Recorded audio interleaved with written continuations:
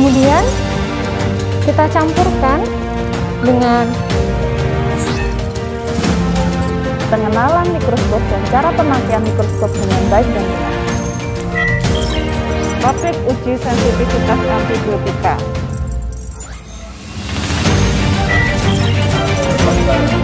Kita memberikan kompresi.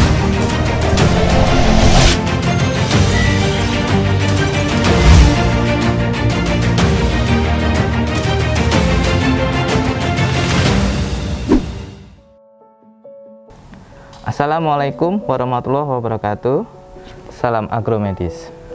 Saya Dr. Azam Purwandono, spesialis neurologi dari Fakultas Kedokteran Universitas Jember. Kali ini kita akan mempelajari mengenai pemeriksaan saraf kranialis ke-9, 10, 11, dan 12. Kita mulai dari pemeriksaan saraf kranialis 9 dan 10, yaitu saraf glosofaring dan saraf vagus. Saraf ini bekerja secara bersama-sama. Mereka memiliki fungsi sebagai motorik, sensorik, dan otonom. Untuk pemeriksaan sensorik, yaitu pengecapan rasa pahit, dimiliki hanya pada nervus 9. Ini telah kita pelajari pada video pembelajaran sebelumnya. Jadi, saya tidak akan membahas pemeriksaan ini. Untuk pemeriksaan saraf kranialis 9 dan 10, kita akan melakukan yang pertama adalah pemeriksaan posisi uvula, yang kedua adalah pemeriksaan arkus faring, yang ketiga adalah pemeriksaan refleks muntah atau dinamakan sebagai gag refleks, dan yang terakhir adalah pemeriksaan berbicara. Apabila didapatkan kelainan, maka bicaranya menjadi disfonia atau sengau atau parau juga. Saraf kranialis ke-9 dan ke-10 berhubungan dengan fungsi menelan. Apabila dia mengalami gangguan, maka akan terjadi gangguan menelan. Hal ini dinamakan sebagai disfagia. Nervus 9-10 juga memiliki fungsi dalam hal artikulasi. Apabila terjadi gangguan, maka dinamakan sebagai dysarthria. Untuk dysarthria pada nervus 9-10 ini disebut sebagai dysarthria palatal. Jadi tidak bisa mengucapkan KK gitu ya. Kemudian selanjutnya nervus 9-10 juga memiliki fungsi dalam suara, bersuara. Jadi apabila mengalami gangguan, maka suaranya menjadi serak atau parau. Ini dinamakan sebagai disfonia. Untuk pemeriksaan posisi uvula, pasien diminta untuk membuka mulutnya. Normalnya, apabila tidak terdapat kelainan, posisi uvula adalah simetris, berada di tengah. Apabila didapatkan adanya kelainan, maka posisi uvula akan tertarik pada sisi yang sehat, karena sisi yang lemah tidak dapat melakukan kontraksi. Kemudian juga faring. Faring apabila terdapat parese atau paralise, maka ketika kita minta pasien untuk bersuara, arkus faring tidak terangkat. Ini juga nanti akan kita bahas pada pemeriksaan, yaitu adanya fenomena Vernet-Rideau. Untuk berbicara, ya kita mendengarkan saja pasien berbicara, apakah terjadi perubahan fonasi suaranya. Ini dinamakan sebagai disfonia. Kita mulai pemeriksaan saraf kranialis ke-9 dan 10. Yang pertama adalah pemeriksaan posisi uvula. Kita minta pasien untuk membuka mulutnya. Pak, bisa dibuka maskernya? Ya, silakan. Ya. Kemudian buka mulutnya lebar-lebar. Kita lihat posisi dari uvula. Apabila kita masih belum tampak dengan jelas, bisa dibantu dengan pen light atau senter. Nah, pada pemeriksaan ini tampak uvula berada di posisi tengah dan simetris. Berarti tidak ada kelainan pada saraf kranialis ke-9 dan 10. Apabila didapat adanya kelainan saraf kranialis 9 atau 10, maka sisi yang mengalami parese atau paralise akan lebih lemah, sehingga sisi yang sehat menarik sisi uvula. Jadi posisi uvula berada di sisi yang sehat atau berdivisiasi ke sisi yang sehat. Pemeriksaan selanjutnya adalah pemeriksaan arkus faring. Jadi ketika kita memperhatikan uvula, kita juga memperhatikan arkus faring yang berada di samping kanan dan kiri uvula. Nah, apabila ada kelemahan, maka akan terlihat pada saat pasien melakukan kontraksi atau bersuara. Jadi pasien kita minta untuk mengatakan A gitu. Coba Mas dikatakan A. A. Nah, maka kalau normal, maka kedua arkus faring akan terangkat ke atas. Ini juga dinamakan sebagai Vernet-Rideau fenomena. Jadi kalau terangkat semua, maka Vernet-Rideau fenomena positif. Apabila ada yang tertinggal salah satu, maka dikatakan sebagai Vernet-Rideau negatif. Kita ulangi lagi ya, buka mulut yang lebar, terus kemudian bilang A. Nah, itu ya, kedua arkus. Pemeriksaan yang ketiga yaitu gag refleks atau refleks muntah. Masih sama seperti yang tadi, pasien kita minta untuk membuka mulutnya. Ya, silakan Mas dibuka mulutnya. Nah, kita melakukan penekanan dengan menggunakan spatula kayu ke sisi kanan atau kiri dari faring. Jadi kalau misalnya lidahnya masih menutupi, kita bisa dibantu dengan tong spatel yang dari besi. Jadi kita masuk, kita tekan supaya kelihatan jelas faringnya. Ya, kita menggunakan spatel besi karena apabila kita menggunakan spatel kayu, takut akan terjadi patah. Ya, kita mulai ya tahapannya. Buka mulutnya, kemudian kita masukkan tong spatel, kemudian kita arahkan ke sisi sebelah kiri dan kanan faring. Apabila pasien terasa seperti mau muntah atau ada refleks gerakan dari kepalanya, maka dikatakan gag refleks positif pada salah satu sisi. Nanti kita juga akan melakukan pada sisi satunya ya, sebelah kiri. Nah, ini itu ya, ada gag refleks positif sebelah kiri. Gitu. Jadi pemeriksaan gag refleks tidak boleh dilakukan hanya pada satu sisi saja atau dilakukan pada sisi tengah.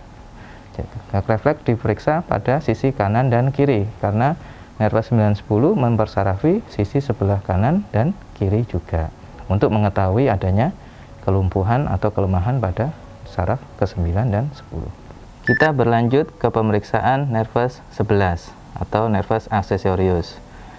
Pada pemeriksaan nervus 11 ini, dia hanya memiliki fungsi motorik, berbeda dengan nervus 910 yang memiliki fungsi motorik, sensorik, dan otonom.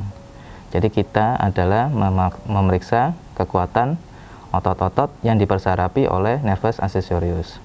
Di antaranya adalah musculus sternocleidomastoid dan musculus trapezius. Untuk lebih lengkapnya, kita lihat pemeriksaan berikut.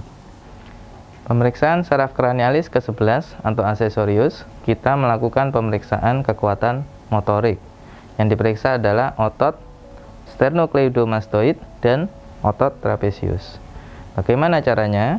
Untuk otot sternocleidomastoid, kita minta pasien untuk menoleh ke salah satu sisi.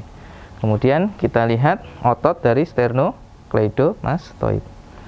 Nah, bisa juga kita untuk menilai kekuatannya dengan apa? Pasien kita minta untuk menoleh ke kiri, kemudian kita lakukan perlawanan ya. Jadi kalau menoleh kepalanya menoleh ke kiri, kita berusaha untuk membalikkan kepalanya ke sisi yang kontralateral, yaitu ke kanan ya. Coba dilawan Mas, noleh ke kiri, noleh ke kiri, noleh ke kiri. Ya, nah ini kita lihat semakin tampak otot sternocleidomastoid ya. Kemudian kita bandingkan ke sisi yang kontralateral. Nah, ini adalah otot sternocleidomastoid. Nah, sekarang kita minta pasiennya untuk menoleh sekuat-kuatnya ke kanan. Saya akan melawan ke kiri. Ya, nah ini akan tampak lebih jelas dari otot sternocleidomastoid. Jadi tidak ada kelemahan pada salah satu sisi. Untuk memeriksa kekuatan motorik dari musculus trapezius, kita minta pasien untuk mengangkat kedua bahunya. Jadi kita letakkan telapak tangan kita di atas bahu, kemudian kita minta pasiennya untuk mengangkat bahunya. Coba diangkat. Nah, terus kita lawan. Nah, apabila tidak ada atau sama kekuatannya, maka dikatakan simetris, tidak ada kelemahan pada salah satu sisi. Gitu ya. Jadi contohnya untuk ininya adalah coba diangkat bahunya. Nah, ini kemudian kita lawan ya. Bisa angkat dulu baru kita taruh, atau posisi tenang. Kita sudah berada, telapak tangan kita di atasnya, kemudian kita minta pasien untuk kontraksi. Angkat bahu, nah gitu ya. Kita masuk ke dalam pemeriksaan saraf kranialis yang terakhir, yaitu saraf kranialis nomor 12, atau dinamakan sebagai hipoglossus. Saraf ini mempersarafi fungsi dari lidah. Apabila orang mengalami kelainan atau gangguan pada saraf 12, maka keluhannya adalah bicara velo, sulit untuk memindahkan makanan ketika dia makan, memindahkan di dalam mulut, sehingga makanan akan selalu ada sisa. Pemeriksaan dilakukan pada inspeksi. Pertama, kita melihat lidah pasien, kemudian kita juga minta pasien untuk menjulurkan lidahnya. Apabila tidak simetris, maka didapatkan adanya kelainan atau parese nervus 12. Untuk selanjutnya, mari kita praktekkan. Untuk pemeriksaan saraf kranialis ke-12, kita melakukan pemeriksaan pada lidah. Kita minta pasien untuk membuka mulutnya. Buka mulutnya, Mas. Nah, kita lakukan inspeksi pada lidahnya. Jadi pada posisi diam, tidak melakukan apa-apa, lidah tidak bergerak. Kita lihat posisinya. Apakah posisinya simetris atau terdeviasi ke salah satu sisi. Apabila didapatkan adanya kelemahan pada salah satu sisi, maka deviasinya adalah ke sisi yang sehat. Tadi kita sudah melihat posisi yang sehat, sekarang kita lihat sisi yang apabila terdapat parese salah satu sisi. Nah, kita lihat ini lidah tidak berada simetris, tetapi ke arah kiri. Artinya adalah terdapat parese nervus 12 kanan, sehingga lidah terdeviasi ke sisi yang sehat, yaitu sebelah kiri. Selain kita melihat posisi dari lidah, kita juga bisa melihat permukaan dari lidah. Apabila didapatkan atrofi atau fasikulasi, maka bisa dikatakan parese nervus 12-nya adalah tipe yang perifer. Sedangkan bila tidak ditemukan adanya atrofi papil ataupun fasikulasi, maka tipe parese nervus 12-nya adalah tipe yang sentral atau UMN. Kita meminta pasien untuk menjulurkan lidahnya. Coba menjulurkan lidahnya. Nah, jika terdapat kelemahan pada salah satu sisi, maka deviasinya adalah ke sisi yang sakit. Jadi pada saat istirahat, inspeksi, deviasinya ke sisi yang sehat, sedangkan pada saat kontraksi atau mengeluarkan lidah, deviasinya ke sisi yang sakit. Ini adalah contoh deviasi ke kanan. Berarti didapatkan adanya parese nervus 12 kanan. Kenapa bisa begitu? Karena pada sisi yang sakit tidak dapat berkontraksi, sedangkan sisi yang sehat akan berkontraksi menjulurkan lidahnya, sehingga lidah yang sehat akan berdeviasi ke sisi yang sakit.